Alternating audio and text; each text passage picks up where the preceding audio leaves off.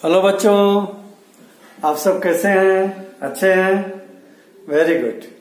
बच्चों, आज हम लोग नया लेसन स्टार्ट कर रहे हैं, management of natural resources. Management of natural resources. पहले इस चैप्टर के नाम की मीनिंग देखते हैं कि नेचुरल रिसोर्स क्या है और उनका मैनेजमेंट से क्या मतलब है। नेचुरल रिसोर्स से मतलब है resources available in nature which fulfill our requirement. ऐसे रिसोर्सेज जो नेचर में अवेलेबल हैं और हमारी रिक्वायरमेंट को फुलफिल करते हैं। जैसे हवा एक नेचुरल रिसोर्स है, हमारी रिक्वायरमेंट है कि हमको ऑक्सीजन चाहिए तो ऑक्सीजन देती है। वाटर, बहुत सारी चीजों को हमारी रिक्वायरमेंट होती है पानी के लिए, वो पूरा होता है। कपड़ा धोना है, नहाना है, पीना है, खाना बनाना है, सिंचाई करनी है, सबके लिए पानी हमको मिलता है। कहां से मिलता है? नेचर से। ये सारे नेचुरल रिसोर्स हैं, air, water, soil, forest, fossil fuel, ये सभी। तो पहले नेचुरल रिसोर्स की डिफाइन लिखें।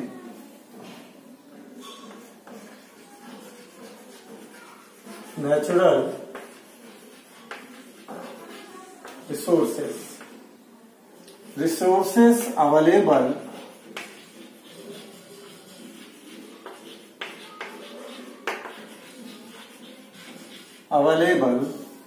in nature which nature and fulfill कर दो and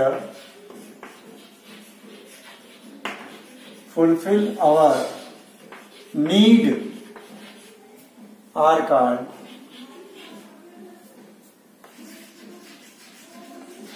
natural resources।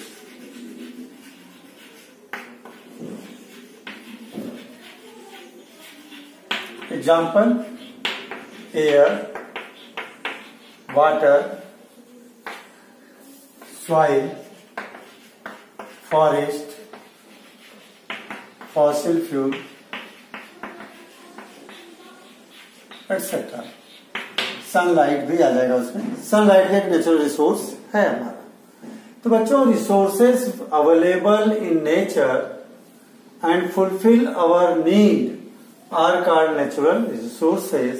Example, air, water, soil, forest, fossil fuel, sunlight, etc. ये है नेचुरल रिसोर्स। अब बात आ रही है management of natural resource. Manage करने की क्या जरूरत है? इनको यूज करो। बच्चों, कोई भी काम करने के लिए हमको प्लानिंग करना पड़ता है। प्लानिंग बहुत जरूरी है। अगर प्लानिंग से आप नेचुरल रिसोर्स का यूज नहीं करेंगे तो बहुत सारी दिक्कतें आती हैं। मैनेजमेंट से मतलब प्लानिंग टू यूज। मैनेजमेंट से मतलब क्या है? मैनेजमेंट,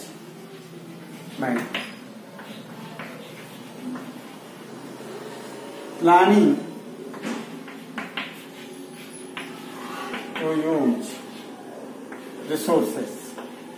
रिसोर्सेस को यूज करने की जो प्लानिंग है उससे मतलब है मैनेजमेंट से मीनिंग है। अब बच्चों, बात ये आ रही है कि what is need, what need to manage, what is need to manage. Manage करने की जरूरत क्यों, इनको प्लानिंग करने की क्या जरूरत है? देखिए, ऐसा है, ये रिसोर्सेस हमारे धरती पे बहुत लिमिटेड मात्रा में है। हो न हो कुछ रिसोर्सेस ऐसे हैं जो एक दिन में खत्म, एक दिन ऐसा है जब ये एग्जॉस्ट हो जाए, खत्म हो जाए, तब क्या करेंगे? जैसे फॉसिल फ्यूल। फॉसिल फ्यूल अगर हम अपने देश का अंधाधुंध यूज करते रहेंगे तो आने वाला एक दिन ऐसा होगा, कहते हैं कि हमारे यहाँ पे इंडियन धरती पे इतना ही नेचुरल रिसोर्स है, इतना ही फॉसिल फ्यूल है कि हम ज्यादा से ज्यादा 100-200 साल यूज कर सकते हैं। जिस गति से यूज कर रहे हैं उस गति से। अगर हम लोग इसमें मैनेजमेंट नहीं करेंगे फॉसिल फ्यूल को यूज करने के लिए तो आने वाली पीढ़ी के लिए हमारे पास रिसोर्सेस अवेलेबल नहीं होंगे। और अंधाधुंध यूज करें खूब तो उससे पोल्यूशन भी होगा, और पोल्यूशन होने पे नेचर और रिसोर्सेज दोनों डैमेज हो सकते हैं। तो ये कई रीजन में मैनेज करने की जरूरत है। इसमें जरा एक एक मैं लिख रहा हूं, एक एक को समझाता हूं आपको। Need to manage, third point क्या है? What is need to manage natural resources. Natural resource को मैनेज करने की जरूरत क्या है? आंसर में लिखेंगे अपन इसको, number 1, because they are in limited amount, इनकी मात्रा बहुत कम है। जैसे पानी है, पानी अंधाधुंध गिराओगे तो जमीन का पानी खत्म हो जाएगा अंदर का, फिर पीने के लिए पानी मिलेगा नहीं। धरती पे समुद्र में पानी बहुत है, लेकिन वो हमारे काम का नहीं है। इसलिए कहते हैं पानी भी बचाना बहुत जरूरी है। Number 2,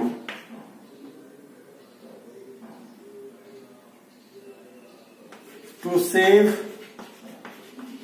for future generation.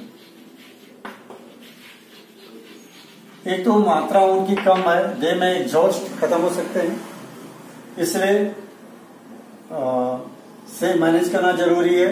और सेफ रखना हमको आने वाली जनरेशन के लिए भी बहुत जरूरी है। To save nature and natural resources.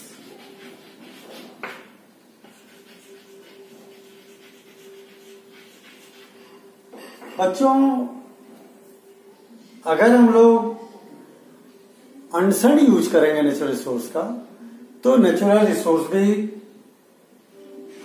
Polluted हो जाएगा और नेचर भी पोल्यूटेड हो जाएगा, जिससे वहां रहना बहुत मुश्किल होगा। और चौथी पॉइंट हो रही है, टू मीट एवरीवन प्रॉपरली। हर व्यक्ति को नेचुरल रिसोर्स मिल जाए प्रॉपरली, इसलिए मैनेज करने की जरूरत है। बच्चों, एक सिंपल से एग्जांपल से आप समझ सकते हैं इसको। जैसे हमारे यहाँ पे कुछ समय पहले पानी की बहुत दिक्कत थी, अभी भी पानी की दिक्कत है, पानी बराबर नहीं मिल पा रहा जितना चाहिए। तो आपने देखा होगा कि यहाँ पर कई लोग जो अप्रोच फूल वाले हैं, 2-2, 3-3 कनेक्शन ले रखे हैं, और कई बेचारों के घर पे कनेक्शन है ही नहीं। अपना डब्बा लेकर के पानी की टंकी के पास में पानी भरने जाते हैं। तो ये इक्वल डिस्ट्रीब्यूशन नहीं है। और कई चीजें ऐसी रिसोर्सेस हैं जो जहां रिसोर्सेस अवेलेबल हैं वहीं के लोग यूज कर पाएंगे। तो दूर के दराज के लोगों को यूज कराने के लिए उनके तक भी उसको पहुंचाने की जरूरत है, ताकि सबको इक्वल डिस्ट्रीब्यूशन हो सके। इसका मतलब यही है, टू मीट एवरीवन का मतलब for equal distribution of natural resource. नहीं तो पता चला जो पॉलिटिकल अप्रोच वाले हैं, जिनके पास पैसा है, वो सारा रिसोर्सेज खूब यूज करेंगे, और जो बाकी जनता को रिसोर्सेज मिलेंगे ही नहीं। तो ये जो 3 पॉइंट बताया मैंने अभी तक कि रिसोर्स क्या है, रिसोर्सेज को मैनेज करने की जरूरत क्यों है। अब अगली बात आ रही है, एक स्टेक होल्डर्स।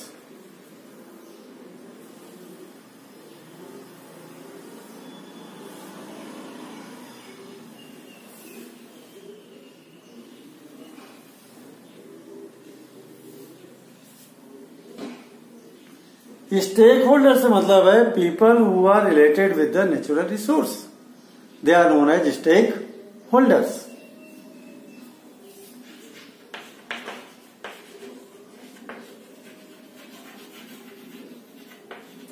स्टेक होल्डर से मतलब है people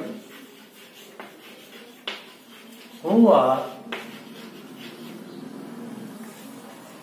related with natural resource. Natural resource से जो लोग रिलेटेड हैं उन्हीं को हम कहेंगे स्टेक होल्डर्स। अगर मैं एक एग्जांपल से समझाऊं कि देखो फॉरेस्ट के स्टेक होल्डर्स अलग हो सकते हैं, एयर के स्टेक होल्डर्स अलग हो सकते हैं और वाटर के स्टेक होल्डर्स अलग हो सकते हैं। तो मैं एक एग्जांपल ले रहा हूं फॉरेस्ट का, stakeholders of forest example.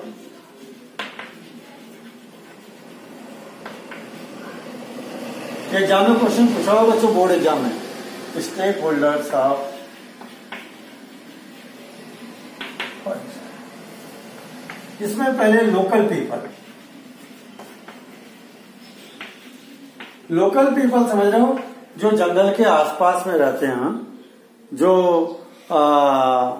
आदिवासी लोग जिनको हम कहते हैं ट्राइबल्स, वो लोग जंगलों के आसपास में रहते हैं और जंगलों का यूज करते हैं।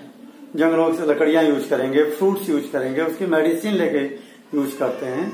एग्जाम में एक बार ये आया था बच्चों, give the example of stakeholders of forest and how they use the forest, ये बताना पड़ेगा। तो लोकल पीपल क्या होते हैं, they depends on the forest for food, medicine, shelter, fuel, सब चीजें वो फॉरेस्ट से लेते हैं। Number 2, forest department.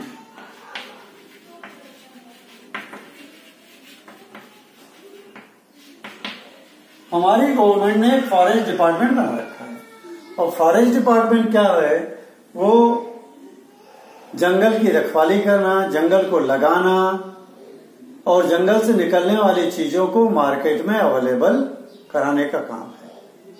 Timber merchant जो है उनको लकड़ियों को बेचना, जो सूख जाते हैं पेड़, उनमें से निकलने वाले प्रोडक्ट को मार्केट में बेचना, ये फॉरेस्ट डिपार्टमेंट का काम है। ठीक।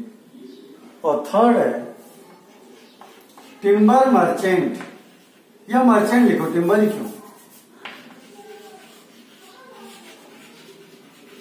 जो सौदागर हैं लकड़ी के, फलों के, सब्जी, आपके मेडिसिन के, वो लोग फॉरेस्ट डिपार्टमेंट से वहां की चीजों को परचेज करते हैं और मार्केट में अवेलेबल कराते हैं। और चौथा रिसर्चर,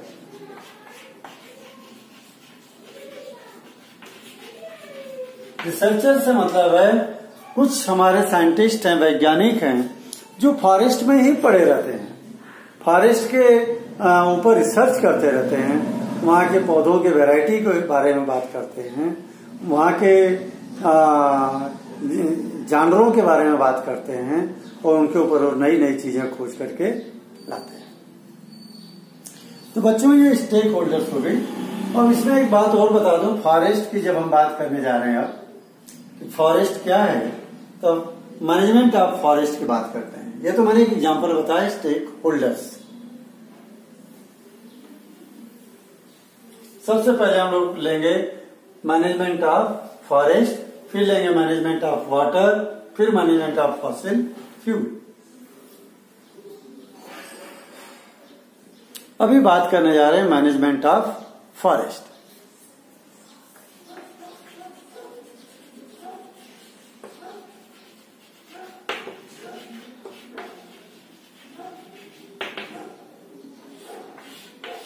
तो पहले मैं आपको बताऊं फॉरेस्ट है क्या।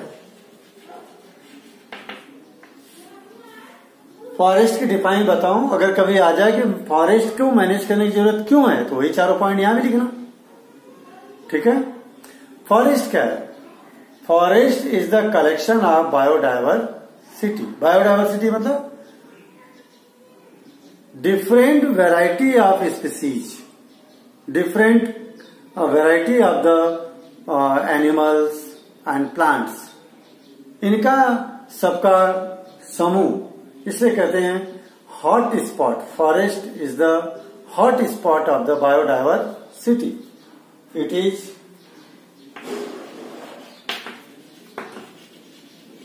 Hot spot of biodiversity.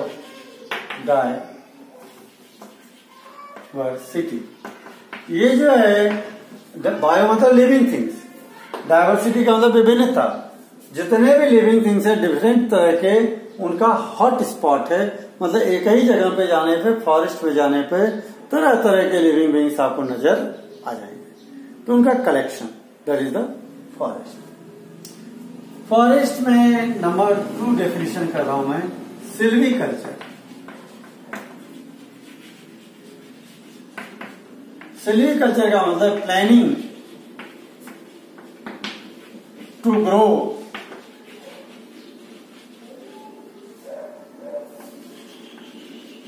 more and more plants, ज्यादा से ज्यादा प्लांट लगाने की प्लानिंग करना। प्लानिंग कहाँ होती है? ऑफिस में। जैसे एग्जाम्पल के लिए बारिश का दिन जब आ गया है तब सभी राज्य सरकारें अपने ऑफिस में प्लानिंग करती हैं। बुला लेंगे फॉरेस्ट डिपार्टमेंट, फॉरेस्ट मिनिस्टर को बुला लेंगी, ठीक, और 2-4 अपने अधिकारियों को बुला लेंगे। बोले भाई हमारा टारगेट है इस साल हमको जो है लगभग जो है पूरे प्रदेश में 5 लाख पेड़ लगाने हैं, और उसके हिसाब से सभी फॉरेस्ट ऑफिसर्स को टारगेट दे दिया जाएगा कि आपको आपके जिले में 5000, आपके जिले में 10,000, आपके जिले में 1 लाख, इस तरह से आपको पेड़ लगाने हैं। सबको बाय ऑर्डर इश्यू हो जाता है। This is the planning. यहां तक का ऐसा प्लानिंग हो गया, दैट इज द सिल्वीकल्चर। अब जो फॉरेस्ट डिपार्टमेंट के लोग हैं, समाज सेवी संस्थाएं हैं, स्कूल और कॉलेज के जो बच्चे हैं, ये सब जगह जगह जाकर के अपना पेड़ लगाते हैं। That is the afforestation. क्या है वो?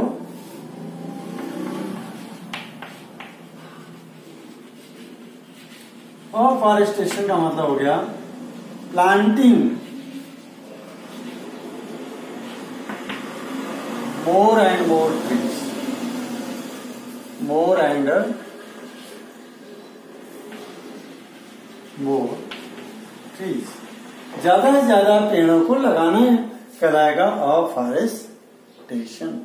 सिल्वीकल्चर और अफॉरेस्टेशन में अंतर बच्चों, सिल्वीकल्चर प्लानिंग है, योजना है। जरूरी नहीं कि प्लानिंग हो गई तो पेड़ लग गए,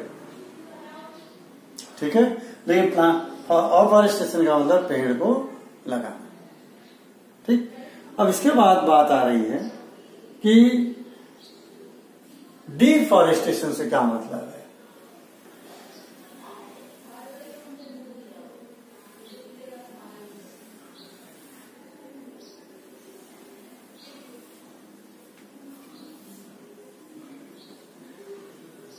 डिफॉरेस्टेशन का मतलब होता है cutting of trees on large scale, बहुत अधिक मात्रा में पेड़ों को काटना, यह है डिफॉरेस्टेशन।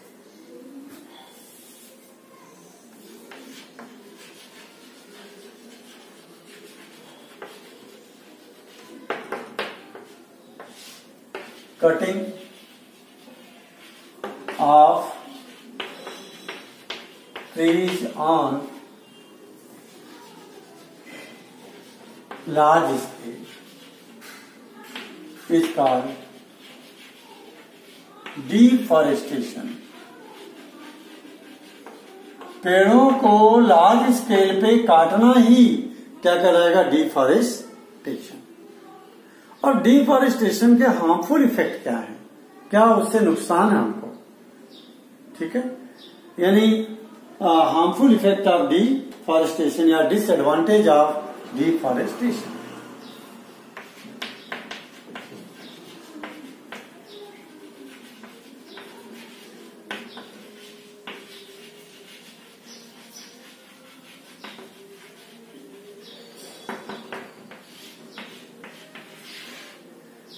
जंगल के कटने से बच्चों बहुत नुकसान है। सबसे पहला यह आपको मालूम होना चाहिए कि जो पेड़ों के हमारे रूट हैं, वो रूट सॉइल को पकड़ करके रखते हैं, जिससे बारिश के दिनों जब तेज बारिश आती है तो ऊपर की मिट्टी बह करके जाती नहीं है। लेकिन अगर जंगल काट दोगे तो सारी मिट्टी बह करके चली जाएगी नदियों में, यानी इससे क्या हो जाएगा? Soil erosion. तो deforestation can cause following effect. Number 1, it can cause soil erosion.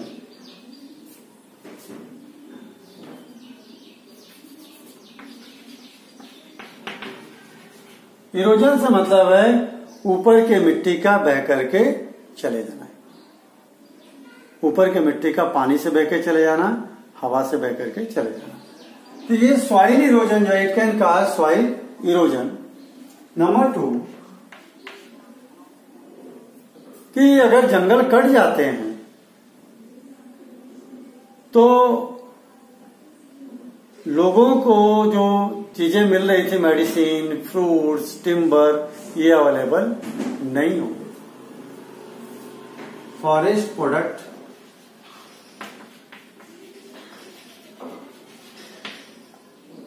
And fuel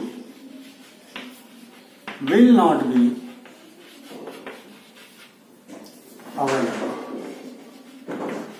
जंगल खत्म हो गए तो लोकल पीपल तो वहीं से लकड़ी भी लेता है, फल भी लेता है, पेड़ पौधे भी लेता है, ठीक है। तो कट गए तो वो अवेलेबल नहीं होंगे। Third, it can cause flood, इससे बाढ़ भी आ सकती है। क्यों?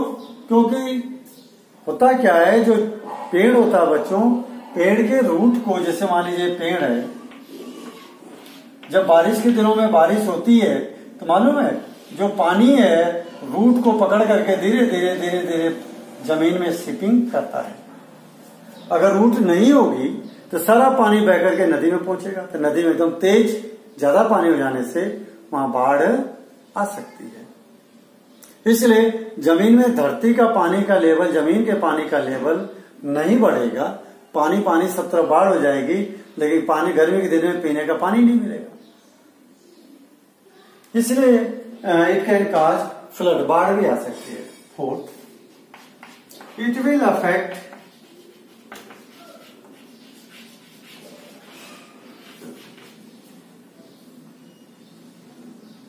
रेनफॉल या वाटर साइकिल कह लो, वाटर साइकिल को भी अफेक्ट करेगा। मालूम आपको, पूरे साल भर जमीन पर का पानी, नदियों में का, तालाब में का, समुद्र का और जमीन के अंदर का पानी पौधों के पत्तियों के थ्रू जो है आसमान में बादल बन के जाता है, भाप बन के निकलता रहता है। और ये भाप साल भर इकट्ठी होती रहती है आसमान में, और फिर बारिश के दिनों में यही भाप वापस रिटर्न धरती पे आती है, तो बारिश होती है। अब आपने जंगल काट दिया, पूरा जंगल काट दिया तो भाप बनेगी नहीं, वहां बादल बनेंगे नहीं वहां पे, तो बारिश वहां होगी नहीं। इसलिए जो जंगल रेगिस्तान वाला इलाका है वहां पे बारिश नहीं होती। कहते हैं बारिश बराबर चाहिए तो पेड़ पौधे उस एरिया में उगने चाहिए। और लास्ट है बच्चों 5वां, due to this ecological balance will disturb. क्या डिस्टर्ब? मैं ऊपर लिख देता हूं।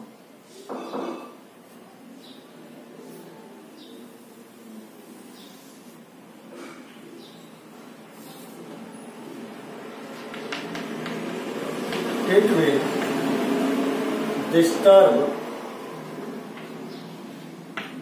ecological balance. इकोलॉजिकल जो बैलेंस है उसको डिस्टर्ब कर देगा। कैसे इकोलॉजिकल बैलेंस मतलब ऑक्सीजन और कार्बन डाइऑक्साइड का जो परसेंटेज है नेचर में उसको डिस्टर्ब करेगा।